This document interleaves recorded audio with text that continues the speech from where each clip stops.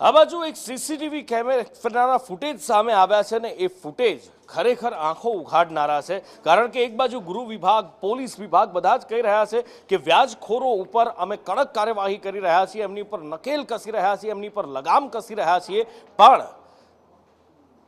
એક પઠાણી ઉઘરાણીનો દાવો થયો છે એક જ્વેલર્સની અંદર। જી હા, ખેડા પંથકમાંથી આ એક વાત સામે આવી છે, એક દાવો કરવામાં આવ્યો છે, એક આરોપ લગાવવામાં આવ્યો છે જ્વેલર્સ દ્વારા કે એક મહિલા એમના જ્વેલર્સમાં આવે છે અને એમની પાસેથી પઠાણી ઉઘરાણી કરે છે અને સાથે જ ધમકાવે પણ છે। એ હદે ધમકાવે છે કે વેપારી ત્યાં બેઠા છે, મહિલા ઉશ્કેરાઈ જાય છે વાતચીત દરમિયાન અને ત્યાં ટેબલ પર પડેલી બોટલ લઈ જાય છે અને જ્વેલર્સના ટેબલ ઉપર એ બોટલ પછાડે છે, કાચ તોડવાનો પ્રયત્ન કરે છે, ડરાવવાનો પ્રયત્ન કરે છે, ધમકાવવાનો પ્રયત્ન કરે છે, એવો આરોપ લગાવવામાં આવ્યો છે કે પૈસા વ્યાજે લીધેલા છે આ મહિલા પાસેથી અને એ મહિલા આવી પઠાણી ઉઘરાણી વ્યાજની કરી રહી છે।